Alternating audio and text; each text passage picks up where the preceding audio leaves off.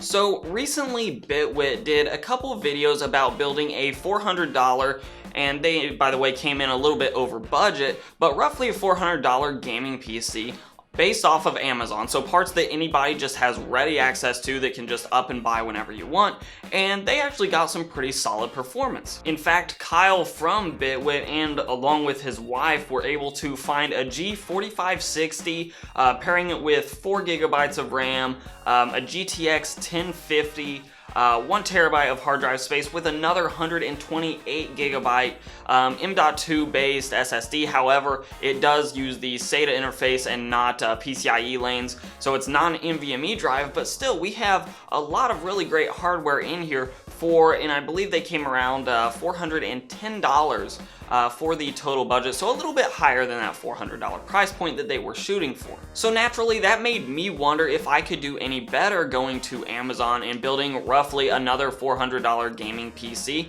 And of course some of the deals that they used have indeed moved on and some of those prices have gone up, but there are always new deals available. So if you watch this video down the road, know that it's likely you're probably not going to be able to find the exact parts that I found for the same price point. If you build out the same exact system a week from now, at least a week from actually filming this, it's likely this PC will cost more on Amazon. That being said, if you use your own creativity, you will likely be able to find a lot of other or very similar parts for cheaper than they currently are on Amazon when I'm looking at them, so you can sort of replicate this system. It just won't be exactly the same parts in all likelihood. That all being said, I will leave links in the description to Bitwit's videos, both where they pick out the parts and where they actually put together that computer, and I'll also leave links to the parts that I use in this video in the description down below in case you are interested in building yourself roughly a $400 gaming PC. And since this video is about me being able to replicate roughly the performance and specifications, if not do a little bit better than Bitwit did,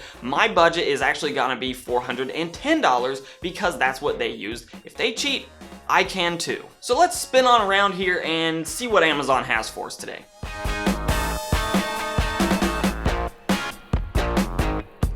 Now, to keep this little competition that I've made for myself, at least mostly fair, I have signed out of Amazon, and that's because I don't want to have Amazon Prime deals available to me. I only want to find parts that are readily available to anybody that happens to get onto Amazon and look around. So there are some parts that are only available to, or some deals that are only available to Amazon Prime members. That's not what I want to target here. So the first thing I'm going to try to track down is that G4560 Pentium processor to see what we can find here. Let's see, we have a G4600 that we could get for $87, and that may be a little bit on the expensive side for a processor, because what my goal is, and I don't know if this is going to be even plausible, I'm going to try to find a GTX 1050 Ti and pair it with a slightly cheaper processor to possibly save myself some money. So we're going to keep this G4600 in mind. Okay, this is also worth noting because processor and motherboard sort of go hand in hand. The cheapest motherboard we could find, at least off the top here, looks like $45 to pair with that G4600. So that's worth keeping in mind. So I'm going to see what the Athlon 950 runs at here on Amazon. Looks like I can get one for $59. That would save me about $30 off that 4600. So what about a motherboard? Okay, so it looks like the cheapest motherboard is gonna be $5 more expensive than the cheapest H110 motherboard, but the processor saves us a lot more of that money. So I'm gonna go ahead and go the Athlon route and drop the processor and this motherboard into my cart and get us going on this build. Okay, so we are at, looks like around the $108 mark here. So now we're gonna move on to memory because memory is gonna be the same. Now here's where it gets a little bit confusing because in Bitwit's build video, they only did 4 gigabytes. That's not true, I just lied to you. In their build video, they did 2 sticks of 4 gigabyte RAM. Obviously it has to be DDR4 here. So use these sort options a little bit to figure out where we're going.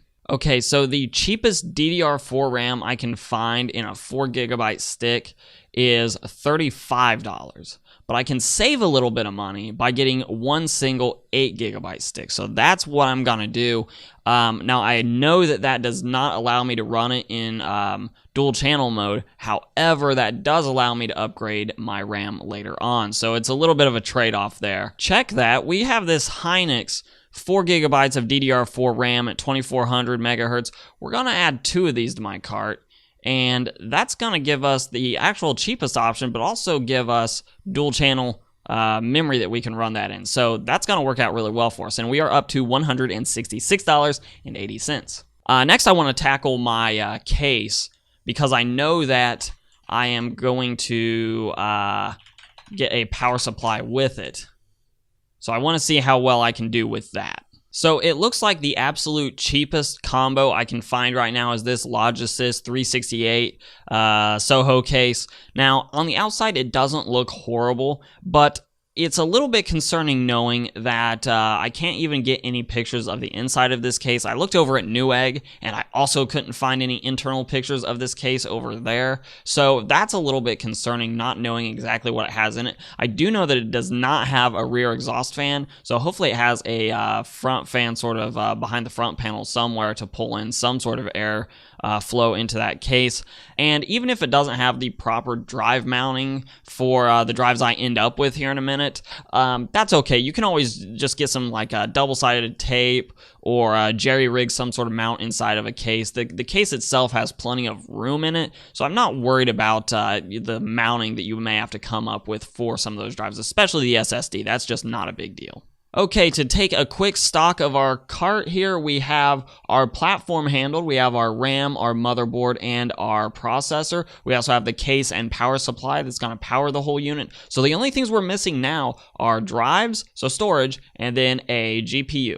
Easiest way to work with Amazon is to just type roughly what you need in the search menu and then go to price, low to high, and see what we're working with. And it looks like we are going to be working with about a $40 hard drive for 1 terabyte worth. That's fine. This should be just fine. It is, again, when you're doing this, the big thing with hard drives is make sure it's not SAS, make sure it's SATA for a desktop system. We don't want SAS, but it's $40, 1 terabyte from a reputable company. It's an OEM enterprise drive, but that's fine. It'll just work just dandy for a desktop solution as well. That brings our total to $245.11. And you know what? I'm going to go ahead and go for that awesome GTX 1050 Ti. Okay, this is definitely not a 1050 Ti. Thanks, Amazon. So after sort of hunting around a little bit, it looks like this Zotac GTX 1050 Ti Mini, which, by the way, it'll perform just as well as a Ti with dual fans. It may be a little bit louder, but the Ti is not an overly hot card, so you don't necessarily need a gigantic beefy cooler with dual fans on it. This will serve us just great, so we're going to go ahead and add this 1050 Ti to our cart and see where our pricing sits. So quick overcap again. Now we have a GTX 1050 Ti. We have a 1 terabyte hard drive for storage. We have a case with a really sketchy power supply, but it was cheap. We have 8 gigabytes of DDR4 RAM running at 2400 megahertz. We have an A320 motherboard, which does not allow us to overclock, but that's okay because the Athlon 950 quad-core processor is not an unlocked processor. At least it's not according to AMD, although I have seen some threads online where certain motherboards do have the multiplier unlocked for that processor. So I'm not really sure, and I haven't investigated that further to see exactly what's going on there, but the 950 is not supposed to be an unlocked processor. So Bitwit spent $20 more, which means we still have $20 to play with. So I want to see if I can pack something else into this this system. So I did end up failing to find an SSD that could house the operating system and some core applications for under that $20 that we had to match the cost of the Bitwit system. However, I will say I am very happy with this system as it stands. I'm just going to let it sit there at that $390 price point. I will say that if you're building this exact system out or one very similar to it with this hard drive and no SSD, I would either recommend trying to fit an SSHD into your budget, something that's a hard drive with mass storage but also has some flash storage that would speed things up, or even better yet, scrape together about $30 or so and find yourself one of these cheap SSDs, just a 60 gigabyte one, just enough to house your operating system and maybe a couple core applications like your web browser, things like that you use on a very frequent basis. And because it just makes your system so much snappier, I would highly recommend that. And then you can obviously keep all your games on your hard drive, which they won't have the fastest loading times. But then again, consoles are in the same boat as the PC in this regard anyway. So it's not like you're letting the console get one up on you there. So I am super thrilled that for less than $400, I could put together on Amazon a system that housed a GTX 1050 Ti, 8 gigabytes of RAM, and even fit in that quad-core AM4 processor, which, by the way, does give you at least a decent upgrade path down the road. However, if you're going the route of the AM4 platform with the Athlon, but you think you may upgrade that processor down the road, I highly recommend, instead of an A320 board, you just get a B350 board, because that will allow you to overclock those Ryzen parts, which can definitely benefit from it, and they even come with pretty solid stock coolers to give you a decent overclock on those parts anyways. So I recommend that B350 board over an A320 board if you're planning on upgrading the processor in the future. That all being said, guys, let me know in the comments down below what you think of this particular PC build. How do you think it fares against Bitwit's build? What are the things you like, dislike? What are some things you may even change in your own $400-ish PC build? Let me know in those comments down below. And of course, all links and everything else are down below as well. You can like, share, subscribe, all those things that are just really helpful to the channel. You can follow me on Instagram and on Twitter at Hoosier Hardware. They are the same tag for your convenience. And of course, as always, I'll let YouTube queue up a couple more videos from my channel for you to watch. I'm Shane with Hoosier Hardware, and I'll see you guys in the next video.